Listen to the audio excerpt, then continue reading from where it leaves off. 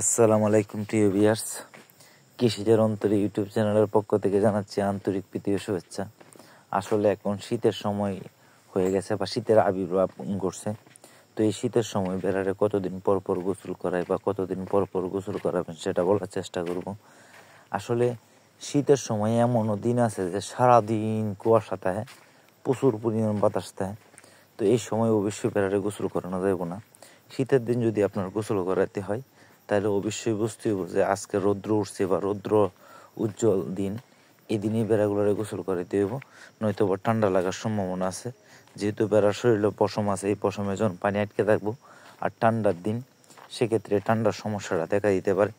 তো দেখেন আজকে কিন্তু রৌদ্র উজ্জ্বল দিন, আর এই রৌদ্রের দিনেই আমি এই বেড়াগুলোরে গোসল করাইতেছি।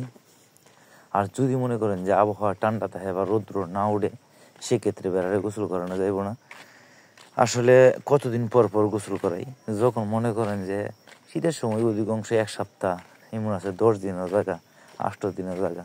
যদি আপনাদের মাছা করা থাকে সেক্ষেত্রে কোনো সমস্যা নেই, আর যদি মাছা না করা থাকে তাহলে কিন্তু সমস্যা। আর যদি মাছা থাকে সেক্ষেত্রে কিন্তু বেড়ার শরীরে ময়লা কম পড়ে।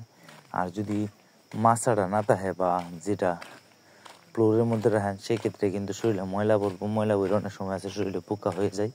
আর যার কারণে অবশ্যই বেড়ার কামার করেন বা ছাগলের কামার করেন মাছাগুলা বাধ্যতামূলক। তো আসলে অনেকে হয়তো বলতে পারেন যে এতগুলা বেড়াটা কেমনে গোসল করাই।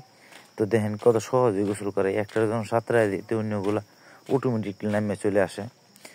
তো আশা করি বুঝতে পারছেন। আর অতিরিক্ত ব্যস্ততার কারণে আমি ভিডিও দিতে পারতাছি না, কারণ লাউয়ের ডুগা মানে যে লাউ শাকটা করছিলাম এটা আমি বিক্রি করছি, প্রথম কাটা মোটামুটিভাবে বিক্রি শেষ। তো এখন মোটামুটিভাবে একটু অফসর, 3-4 দিন পর আর সমস্যা হবে না, মানে নিয়মিত ভিডিও দিতে পারবো। তা আসলে একা একা মানুষ, তো আসলে যে যেটাই করেন যতটুকু পারেন ততটুকু করবেন, তার বেশি করেন না, তাহলে প্যারা হয়ে যাবে বা টেনশন হবে। তো সবাই ভালো থাকেন, সুস্থ থাকেন, আমার জন্য দোয়া রাখেন, আমার কামারের জন্য দোয়া রাখেন। তো আর যদি কেউ মনে করেন কামার শুরু করবেন নতুন অবস্থায়, তাহলে ইনশাল্লাহ পরামর্শ বা যোগাযোগ করেন, যতটুকু পারি ততটুকু পরামর্শ দেওয়ার চেষ্টা করব। আসসালামু আলাইকুম।